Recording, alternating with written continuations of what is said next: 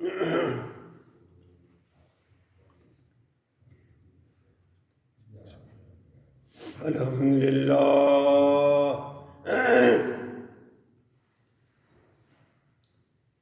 الحمدللہ نحمدہ ونستعینہ ونستغفرہ ونؤمن بہ ونتوکل علیہ ونعوذ باللہ من شرور انفسنا ومن سیئات اعمالنا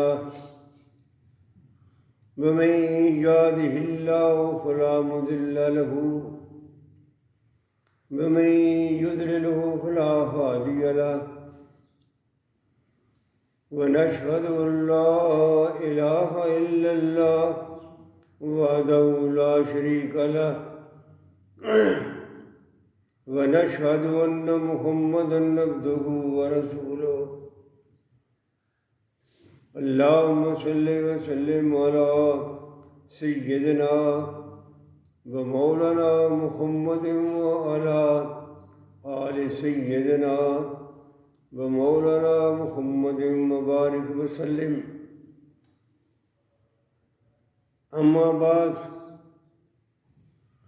فأعوذ بالله من الشيطان الرجيم بسم الله الرحمن الرحيم وننزل من القرآن ما هو شفاء ورحمة للمؤمنين ولا يزيد الظالمين إلا خسارا وإذا أنعمنا على الإنسان أعرض ونأى بجانبه وإذا مسه الشر كان يئوسا.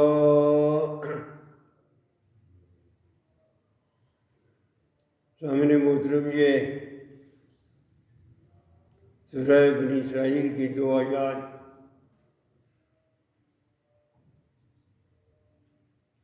اللہ فرماتا ہے کہ ہم نے اس قرآن کو دنیا والوں کے لیے شفا بھی بنایا ہے اور رب بھی بنایا ہے.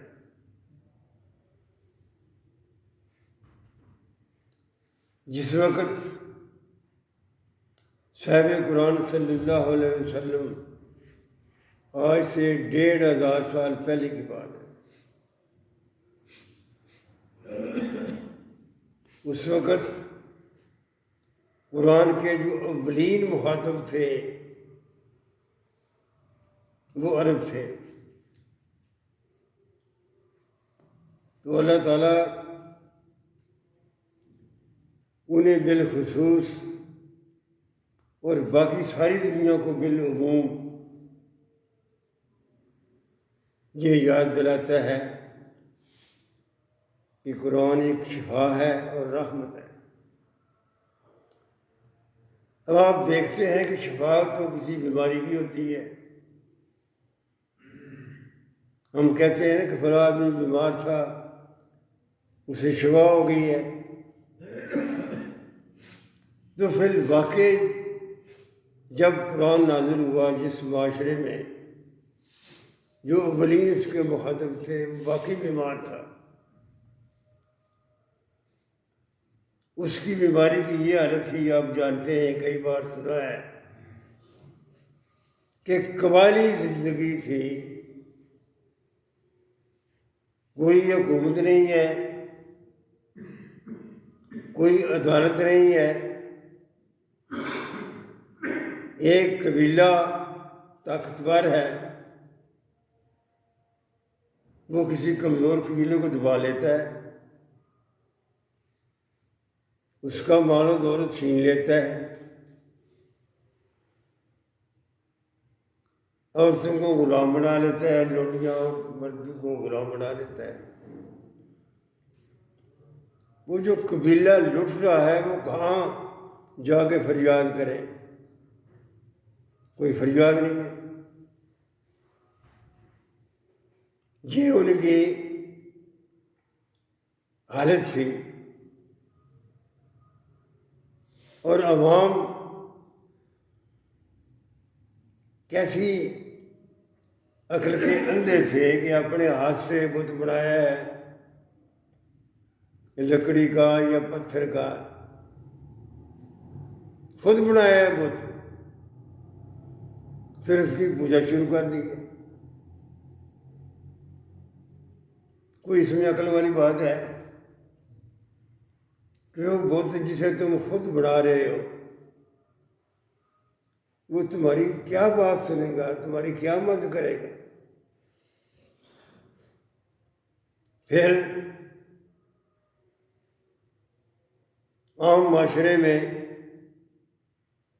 شراب نوشی عام تھی، اور معاشرے میں دو حصے تھے، یا تو بہت امیر ہے یا اس کے غلام ہے۔ ایک آدمی کے بعض اوقات 50 غلام ہوتے تھے۔ یہ حالت تھی۔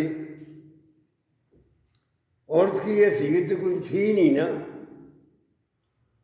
عورت بیٹی ہے، عورت بہن ہے، عورت بیوی ہے، اس کا معاشرے میں کوئی مقام نہیں ہے۔ یہ وہ حالات تھے جن حالات میں نبی اکرم صلی اللہ علیہ وسلم نے اللہ کا کلمہ بلند کیا۔ بیمار معاشرہ تھا، اور یہ بھی آپ نے کئی دفعہ سنا ہے، تاریخ کا حصہ ہے کہ نبی اکرم صلی اللہ علیہ وسلم نے اس بیمار معاشرے کو کس طرح توانا کر دیا۔ یہ تاریخ کا حصہ ہے۔ وہ لوگ جو کل تک لوگوں کا مال لوٹتے تھے، کمزور کو دبا لیتے تھے، آج وہی لوگ قرآن کی برکت سے وہ غریبوں کی مدد کرتے ہیں، صدقات کی صورت میں، زکوٰۃ کی صورت میں، اور ویسے بھی ان کی مدد کرتے ہیں۔ ان کا مال لوٹنے کی بجائے بلکہ ان کے مال کی حفاظت کرتے ہیں۔ پڑھے لکھے لوگ بہت تھوڑے تھے، کہہ لیں کہ 10-20% لوگ پڑھے لکھے ہوں گے، ان پڑھ معاشرہ ہے بالکل ہی۔ لیکن اس قرآن کی برکت کا نتیجہ تھا کہ وہ لوگ جب انہوں نے قرآن کو سمجھا، نبی اکرم صلی اللہ علیہ وسلم کی صحبت اختیار کی، ان کے اندر دل میں قرآن داخل ہوا تو ان کی دنیا بدل گئی، ان کی دنیا ہی ساری بدل گئی۔ وہ ایک عام بدو سرا نشین لوگ، اب اس کو کون جھٹلا سکتا ہے؟ یہ تاریخ کا حصہ ہے۔ کوئی مسلمان ہو یا غیر مسلم بھی ہو، اس کو کون جھٹلا سکتا ہے؟ وہی لوگ دنیا کے امام بن گئے، اس سے تو کوئی انکار ممکن نہیں ہے۔ نبی کریم صلی اللہ علیہ وسلم کی ذات مقدس ان کے لیے نمونہ تھی ہر لحاظ سے، اور جب بھی وہ آپ سے مخاطب ہوتے تھے جو عرض کرتے تھے، یا رسول اللہ میرے ماں باپ آپ پر قربان۔ ادھر نبی کریم صلی اللہ علیہ وسلم نے کوئی حکم دیا ہے، ان کو اتنا پتہ چل گیا ہے کہ ہمارے نبی کا حکم ہے، اس پر عمل کرنا ہے۔ تو میں بات کر رہا تھا شفا کی۔ اس بیمار معاشرے کو اس قرآن کے ذریعے شفا ہوئی، اور صاحب قرآن کی سنت کے ذریعے اس قرآن کی تشریح تو نبی کرم صلی اللہ علیہ وسلم نے کرنی ہے نا. آپ کی سنت سے، آپ کی اسوہ حسنہ سے، قرآن کی برکت سے وہ بیمار معاشرہ صحت یاب ہو گیا. میں یہ عرض کرنا چاہتا ہوں کہ کوئی میں خیالی بات تو نہیں نہ کر رہا، یہ تاریخ کا حصہ ہے، سب لوگ جانتے ہیں اس کو.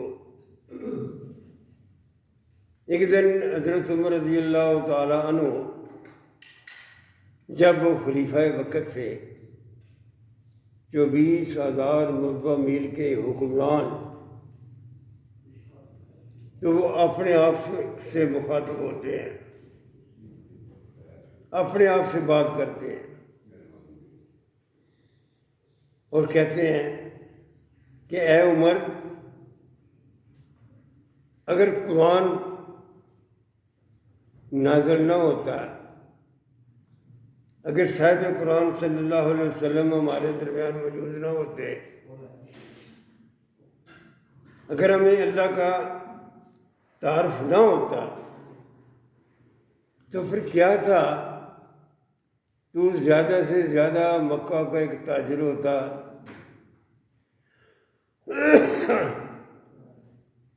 مکہ سے باہر تو کوئی تمہیں جانتا ہی نہ تھا. تمہارے پاس اونٹ ہوتے، بھیڑ بکریاں ہوتی، اتنا ہی تھا نا. تو آپ اپنے آپ سے مخاطب اور کہتے ہیں دیکھو اب یہ قرآن کی برکت ہے کہ میں 24 لاکھ مربع میل کا علاقہ ہے، اس پر حکومت کر رہا ہوں. عرب کیا، عرب سے باہر کی دنیا میرے نام سے واقف ہے. روم والے مجھے جانتے ہیں، ایران والے مجھے جانتے ہیں، بر اعظم افریقہ کا کافی حصہ مجھے جانتا ہے. یہ کس کی برکت ہے؟ یہ بات تو ٹھیک ہے، اس سے کون انکار کر سکتا ہے؟ اگر قرآن اور صاحب قرآن نازل نہ ہوتے تو پھر تو بات ایسی تھی جس طرح آپ فرما رہے. تو میں عرض کر رہا تھا اس قرآن نے اس بیمار معاشرے کو صحت یاب کر دیا، اور پھر فرمایا یہ رحمت ہے. اس کو آپ اس طرح سمجھیں جس طرح آدمی بیمار ہوتا ہے، شفا یاب ہوتا ہے، تو پھر ایک ٹانک استعمال کرتا ہے صحت مند ہونے کے لیے. ڈاکٹر صاحب بیٹھے ہیں، یہ ڈاکٹر اس کو لکھ دیتے ہیں کہ تم صحت یاب ہو گئی، یہ ٹانک کھاؤ، تمہاری صحت بالکل بحال ہو جائے. تو اللہ کا قرآن کہتا ہے کہ بیماری کی شفا بھی دی ہے، بیمار معاشرے کو صحت یاب بھی کیا ہے، اور اس کو توانا بھی کیا ہے، رحمت توانا کیا ہے اس کو سارے وہ علوم سکھائے ہیں، ان نے سیکھے ہیں جو پوری انسانیت کے لیے بڑے ضروری تھے. اب میں آپ سوال کر سکتے ہیں کہ میں تو پرانی باتیں کر رہا ہوں، 1500 سال پہلے کی باتیں کر رہا ہوں، جب قرآن نازل ہوا تھا میں اس وقت کی بات کر رہا ہوں. بات تو آج ہی کرو نا، بات آج ہی کرو. پرانی باتیں تو ہم نے سن لی ہیں، یہ بات تو ٹھیک ہے. آج قرآن جو ہے یہ ہمارے لیے کس طرح شفا ہے اور کس طرح رحمت ہے، اس کا جواب دینے سے پہلے میں یہ عرض کرنا چاہتا ہوں کہ قرآن صرف ایک قوم، ایک ملک، ایک زمانہ کے لیے نازل نہیں ہوا. بلکہ قرآن پوری انسانیت کے لیے، نبی اکرم صلی اللہ علیہ وسلم کی ذات مقدس سے لے کر قیامت تک کے لیے، ہر ملک، ہر زبان بولنے والے، کوئی بھی ہو، جہاں بھی ہو، قرآن جب انہیں خطاب کرتا ہے بعض کا تو کہتا ہے یا ایھا الناس، ناس میں تو سارے لوگ آ جاتے ہیں،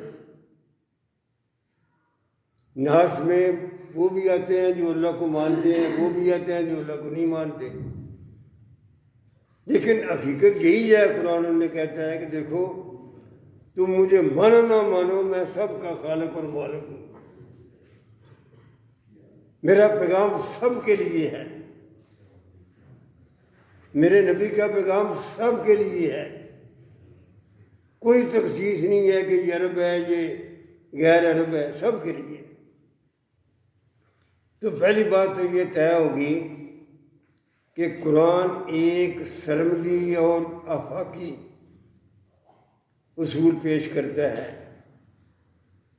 جس کی تشریح نبی اکرم صلی اللہ علیہ وسلم اپنی حدیث سے اور سنت سے کرتے ہیں۔ اب آتے ہیں کہ کیا آج کا جو ہمارا معاشرہ ہے، اگر اس قرآن نے اس بیمار معاشرے کو صحت یاب کر دیا تھا اور دنیا کا کوئی آدمی اس سے انکار نہیں کر سکتا جو تاریخ کو جانتا ہے، تو آج ہم اپنا جائزہ لیں، اپنا آپ کو دیکھیں تو ہمارا معاشرہ جس میں ہم جی رہے ہیں، کون سی برائی ہے جو ہمارے معاشرے میں نہیں ہے؟ بلکہ بعض اوقات میں سوچتا ہوں کہ اس عرب معاشرے سے برائی کے لحاظ سے ہمارا معاشرہ بڑھ کے ہے۔ وہ تو زندہ درگور کرتے تھے لڑکی کو، اور ہمارے معاشرے میں کیا ہے، ایک معصوم بچہ، ایک معصوم بچی، اس کو ریپ کیا پھر قتل کر دیا۔ یہ اس سے بڑھ کے ظلم نہیں ہے؟ سچی بات ہے، جب میں ایسے واقعات دیکھتا ہوں، پڑھتا ہوں، تو میں تو کانپ جاتا ہوں کہ انسان اتنا سنگ دل بھی ہو سکتا ہے۔ تو میں عرض کر رہا تھا کہ ہمارا معاشرہ بھی بیمار ہے۔ اگر اس قرآن نے اگر اس معاشرے کو شفا دے دی تھی، بیماری سے صحت یاب کر دیا تھا، تو قرآن تو وہی ہے، صاحب قرآن تو وہی ہے، تو اس معاشرے کو کیوں نہیں صحت دی جا سکتی؟ اگر آپ غور کریں گے تو اس بات کو مانیں گے کہ صحت تو دی جا سکتی ہے، لیکن ہم نے اس پر کبھی غور نہیں کیا۔ بھئی یہ تو انقلاب کی کتاب ہے، یہ صرف اتنی تو نہیں ہے کہ آپ نے تلاوت کیا ثواب کے لیے پڑھ کے اس کو چوما اور رکھ دیا۔ ٹھیک ہے، اس کا ثواب تو ہوتا ہی ہے، تلاوت کا ثواب ہوتا ہے، ٹھیک ہے، لیکن بات تو یہ ہے کہ جو قرآن ہمیں یہ کہہ رہا ہے، ہمیں مخاطب کر رہا ہے، یہ کرو اور یہ نہ کرو، بات تو اس کی ہے۔ اگر ہم صرف تلاوت کر کے رکھ دیتے ہیں اور یہ دیکھنے کی ضرورت نہیں کرتے کہ قرآن ہمیں کیا کہتا ہے، ہمیں کیا پیغام دیتا ہے، پیغام کیا دیتا ہے؟ یہی کہتا ہے نا کہ تم اس رب کے سامنے جھک جاؤ جس نے پیدا کیا ہے، جو تمہارا رازق اور خالق ہے، جو تمہارے نفع نقصان کا مالک ہے، جو مشکل کشا ہے، حاجت روا، اس کے سامنے جھک جاؤ، اور تو نہیں کہہ دو کچھ۔ قرآن یہی کہتا ہے نا کہ سچی بات کرو بھائی، جھوٹ نہ بولو۔ قرآن یہی کہتا ہے نا کہ تم کسی کو فریب نہ دو، دغا نہ کرو، جھوٹ نہ بولو، کسی کا مال نہ کھو، یہی کہتا ہے نا۔ تو یہ جو قرآن کے احکامات ہیں، سچی بات ہے کہ گھر کی چار دیواری سے لے کر ایوانی اقتدار تک کون سا وہ شبہ ہے، کون سی وہ بات ہے، کون سا وہ مسئلہ ہے جس میں قرآن ہماری رہنمائی نہیں کرتا۔ نبی کریم صلی اللہ علیہ وسلم ایک دن خطبہ دینے کے لیے کھڑے ہوئے، آپ نے فرمایا خدا کی قسم وہ مومن نہیں ہے، خدا کی قسم وہ مومن نہیں ہے، خدا کی قسم وہ مومن نہیں ہے، 3 دفعہ فرمایا۔ صحابہ کرام تھوڑے سے حیران ہوئے، پوچھا یا رسول اللہ آپ کس کے بارے میں فرما رہے ہیں؟ آپ نے فرمایا جس آدمی کے شر سے اس کا غریب ہمسایہ محفوظ نہیں ہے، وہ ڈرتا رہتا ہے کہ یہ بڑا آدمی ہے، پتہ نہیں میرے ساتھ کیا کرے گا، مجھے جھڑکے گا، مجھے تنگ کرے گا، جو بڑا آدمی ہے نا، جس کے شر سے اس کا ہمسایہ ڈرتا رہتا ہے، محفوظ نہیں ہے، وہ مومن نہیں ہے، چاہے وہ لاکھ نمازیں پڑھتا رہے، حج کرتا رہے۔ اب اس میں فلسفہ کیا ہے؟ اس کا فلسفہ بڑا آسان ہے اور بڑا کمال کا ہے۔ ایک آدمی کا کوئی ہمسایہ تو ہوگا نا، یہ معاشرہ ہے، مل جل کے رہتا ہے نا۔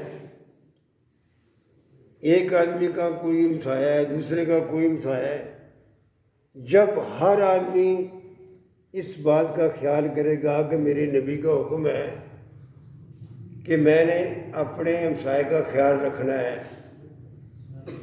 اس کو تنگ کرنا دور کی بات ہے، اس کی مدد کرنی ہے، تو سارا مسئلہ ٹھیک ہو جاتا ہے۔ آخر ہر ایک آدمی کا کوئی نہ کوئی ہمسایہ ہوتا ہے۔ ظاہر بات ہے اس معاشرے میں ایک رحمت آ جائے گی اور ایک سکون آ جائے گا۔ ایک دفعہ نبی کریم صلی اللہ علیہ وسلم نے فرمایا ایک مومن میں وہ غلطیاں تو کر سکتا ہے، ایک مومن کوئی نہ کوئی غلطی ہو جاتی ہے، لیکن وہ یہ غلطی ایک مومن سے نہیں ہو سکتی کہ وہ جھوٹ بولے۔ جھوٹ بولے اور پھر مومن نہیں کیسے ہو سکتا ہے؟ یہاں تک فرمایا ایک جھوٹ بولنے والا، جھوٹ جو ہے وہ آپ نے سنا ہے، جھوٹ ایمان کی کینچی ہے۔ تو میں یہ بات عرض کر رہا تھا، اگر ہم قرآن کے پیغام پر ذرا غور کریں اور اس میں سب سے زیادہ پارٹ ادا کرنا تھا علماء کرام نے، لوگوں کو پیغام جو قرآن کا ہے وہ سمجھانا تھا، لیکن سچی بات یہ ہے کہ میں تو اپنے آپ کو اتنا عالم نہیں سمجھتا، میں تو ایک معمولی طالب علم ہوں قرآن پاک سے، لیکن میں ان علماء کی بات کر رہا ہوں جو بڑے نام ہیں، جن کے بڑے نام ہیں، جن کے وہ قرآن کیا کہتا ہے اس کو سمجھاؤ نا، قرآن کے پیغام کو عام کرو۔ اور قرآن کا پیغام اتنا سادہ ہے، اتنا فطری ہے، اس پر عمل کیا جا سکتا ہے۔ ایک اور بات وہ یہ ہے کہ عام طور پر لوگوں کے ذہن میں یہ بات ہوتی ہے کہ یہ قرآن ہمارے مسئلے حل نہیں کرتا۔ یہ پرانی بات ہے، 1,500 سال پہلے نازل ہوا تھا، اب دنیا بدل گئی ہے، سائنس ترقی کر لی ہے، ہم کہاں پہنچ گئے ہیں۔ تو میں یہ عرض کرنا چاہوں گا کہ قرآن پاک، میں ممبر رسول پر بیٹھا ہوں، انتہائی ذمہ داری سے بات کر رہا ہوں، الحن بات کر رہا ہوں کہ قرآن جو پیغام دیتا ہے یہ جدید ترین پیغام ہے،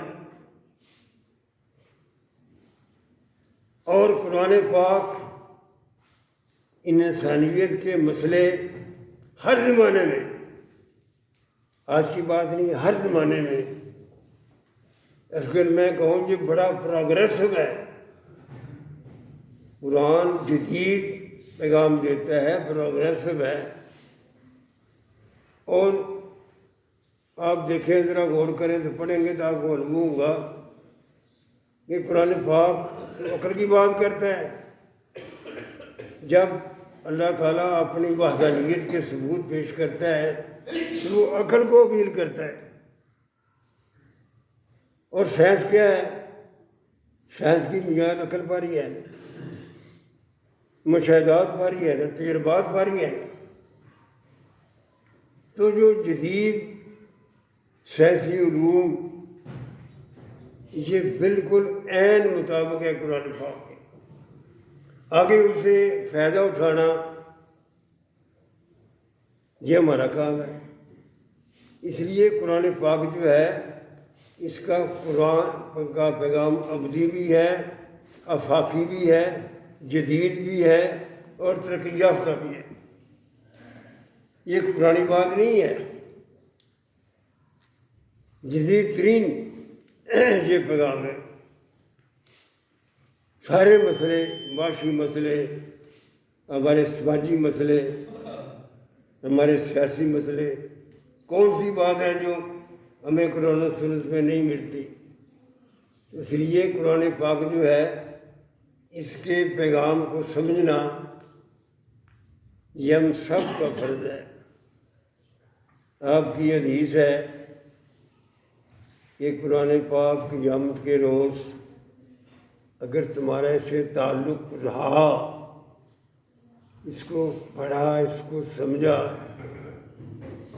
تو یہ تمہارے لیے، تمہارے حق میں بات کرے گا، تمہارا وکیل بن جائے گا۔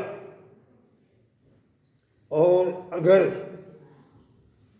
تم نے قرآن کی طرف پشت کر دی، اس کے پیغام کو نہ سمجھا، تو ٹھیک ہے، کتاب ہے، پڑھنے والی ہے، پڑھ کے ادھر رکھ دو۔